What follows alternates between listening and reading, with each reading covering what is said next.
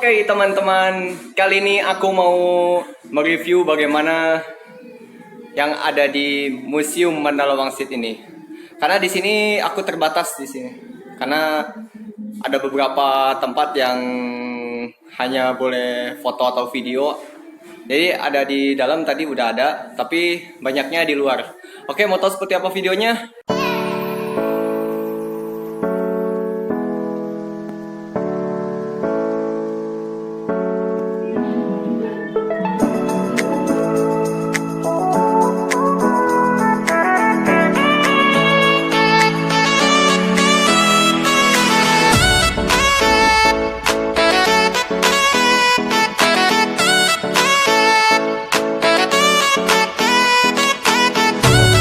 Oke teman-teman, kali ini aku akan mereview bagaimana di dalam dari Museum Mandala Wangsit ini. Jadi banyak sekali koleksi-koleksi senjata zaman perang melawan penjajah sampai zaman peristiwa APRA tahun 1950. Ayo kita langsung. Oke teman-teman, kali ini aku akan mereview dari persenjataannya dulu. Jadi di sini ada senjata jenis revolver Velodog buatan Prancis kaliber 5,5 mm. Jadi pistol ini digunakan oleh para pejuang ketika melawan penjajah Belanda ketika itu maupun Jepang. Dan di sini juga masih banyak senapan buatan mana ini? Pokoknya yang jelas senjata-senjata inilah yang jadi saksi bagaimana ketika para pejuang melawan penjajah ketika agresi militer 1 maupun 2 dan juga peristiwa APRA tahun 1950. Dan ini senapan mesinnya. Jadi para pejuang menggunakannya untuk melawan penjajah Jepang maupun Belanda di banyak daerah seperti selain di Jawa Barat tuh ada Yogyakarta, di Jawa Tengah dan juga Jawa Timur juga ada. Dan Museum Mandala Wangsit sendiri adalah tempat di mana salah satu kolonel yaitu Kolonel Adolf Gustav Lembong dibunuh oleh tentara APRA pimpinan Raymond Westerling.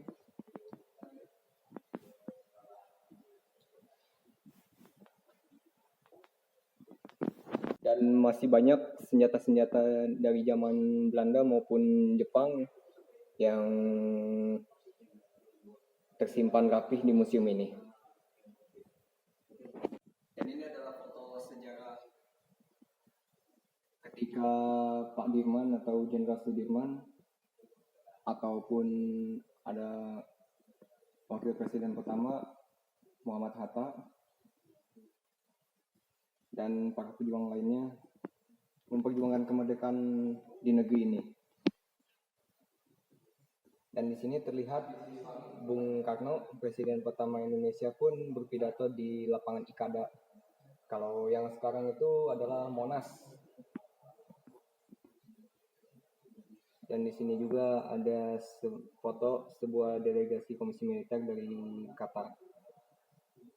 Dari KTN, Komisi 3 Negara,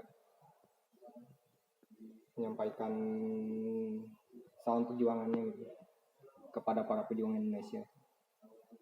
Ini adalah pelantikan Jenderal Sudirman oleh Bung Karno pada 15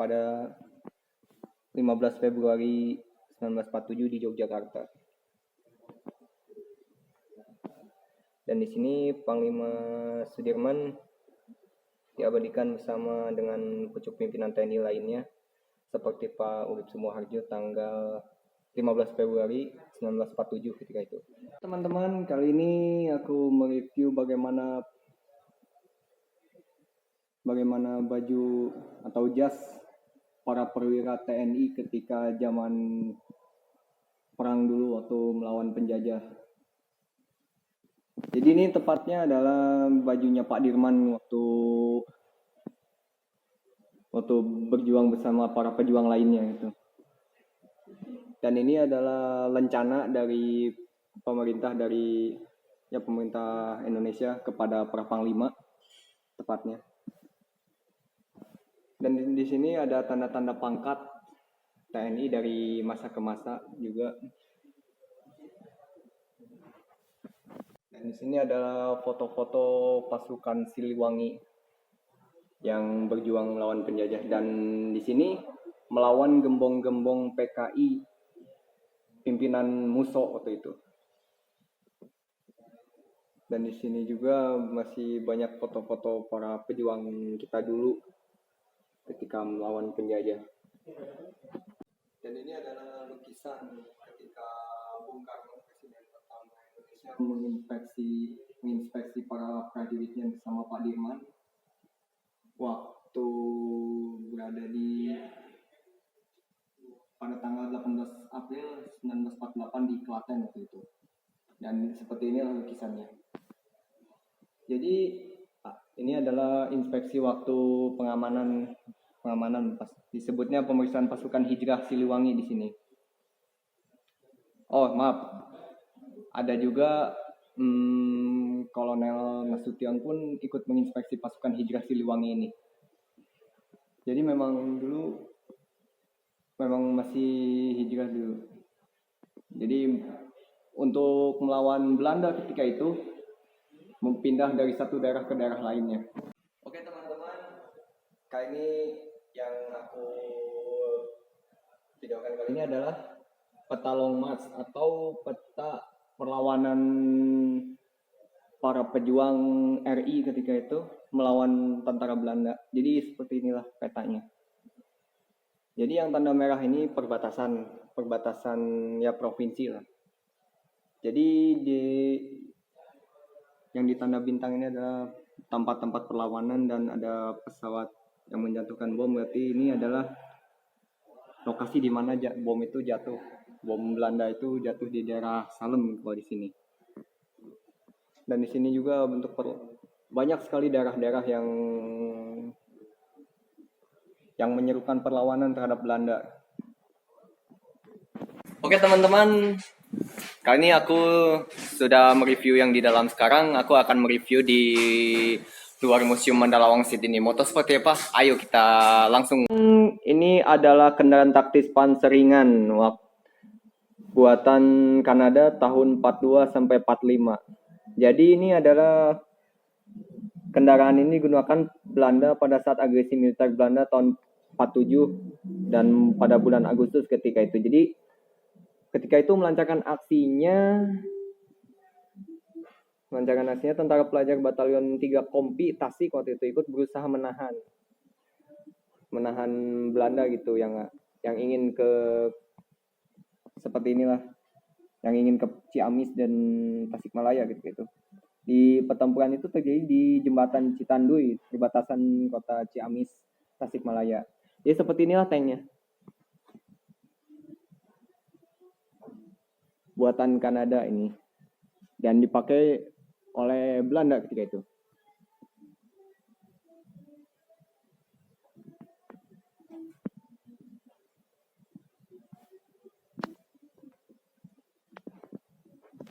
Ini adalah ambulan rakyat disebutnya. Jadi mobil ambulan Chevrolet buatan tahun 57 sampai dengan 1962.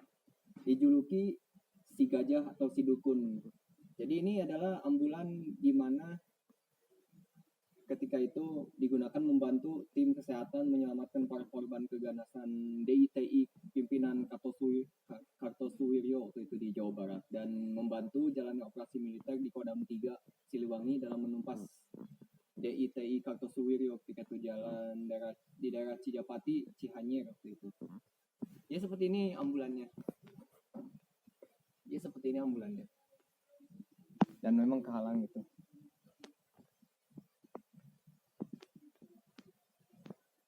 Inilah.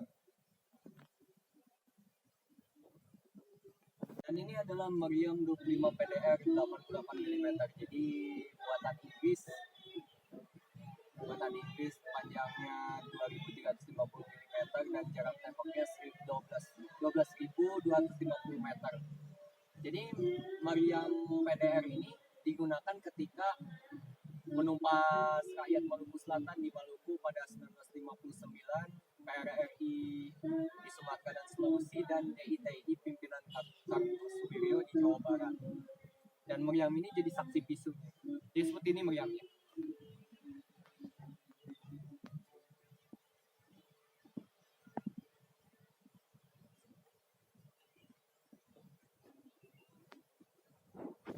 Teman-teman, kita akan langsung mereview para korban keganasan Westerling ketika itu. Jadi seperti inilah para korban, daftar korban keganasan Raymond Westerling ketika itu. Jadi ketika itu peristiwa APRA tahun 1950, tepatnya tanggal 23 Januari. Jadi di sini ada satu prajurit berpangkat kolonel yang ikut tewas juga, yaitu Kolonel Adolf Gustav Lembong yang dijadikan nama jalan sekarang. Yang sekarang dijadikan nama jalan lokasi Museum Mandala Wangsit ini. Oke, kita langsung mereview Panzer Rail V16. Jadi ini adalah Panzer asli buatan Indonesia yang berinduk di Bandung. Jadi ini sejarah singkatnya waktu tahun 55 sampai 59 untuk digunakan untuk mengawal dan mengamankan perjalanan kereta api dari Ciawi ke Cicalengka ketika itu, dari sabotase gangguan DITI pimpinan Kartosuwiryo. Jadi seperti inilah pansernya. Jadi ini panser buatan asli Indonesia. Jadi untuk logistik barang ataupun penumpang, jadi seperti ini pansernya. Untuk mengirim logistik atau barang dari sabotasenya DITI pimpinan Kartosuwiryo, jadi seperti ini. Jadi seperti ini bentuk pansernya. Dan ini adalah panser gunung. Jadi panser gunung ini adalah buatan Swedia dengan kaliber 35 mm, jarak tembaknya 7.550 meter. Kalau peluru barisan, kalau peluru karet itu 5.900 meter. Jadi sumbangan dari Bus Armet. Jadi digunakan untuk merebut Indonesia dari Jepang. Jadi para pejuang menggunakan meriam gunung ini untuk merebut Indonesia dari Jepang, dan digunakan juga untuk bersenjata melawan Inggris ketika itu melawan Sekutu di Ambarawa, di Semarang, dan juga Banyu Biru. Dan digunakan juga untuk menumpas APRA di Cikadut dan menumpas gerombolan dari tahun 1950 sampai 1954 di Jawa Tengah maupun Jawa Barat. Dan juga digunakan untuk menumpas pemberontakan Kahar di Sulawesi Selatan. Jadi seperti ini meriamnya, teman-teman. Jadi ini digunakan ketika para pejuang Indonesia merebut Indonesia dari pendudukan Jepang, dan juga sampai menumpas pemberontakan pimpinan Kahar Muzakar di Sulawesi Selatan.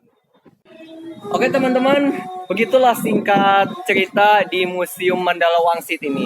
Barangkali ada yang mau ke sini, ke Museum Mandala Wangsit ini selama liburan sekolah. Untuk kalian yang ingin liburan ke Bandung, jangan lupa ke Museum Mandala Wangsit ini. Jadi Museum Mandala Wangsit ini adalah museum sejarah para pejuang kita melawan penjajah Jepang, Belanda maupun Sekutu. Jadi singkat ceritanya para pejuang berhasil merebut Indonesia dari para pemberontakan maupun dari para penjajah. Dan ingat para pengunjung, jadi biar nggak jas merah, jangan sekali-sekali melupakan sejarah. Itulah kutipan Bung Karno. Itulah kata-kata mutiara dari Presiden pertama Indonesia, Insinyur Soekarno. Oke teman-teman, jika kalian suka dengan video ini, jangan lupa like, share, dan juga subscribe ya. Sampai jumpa di video selanjutnya. Oke?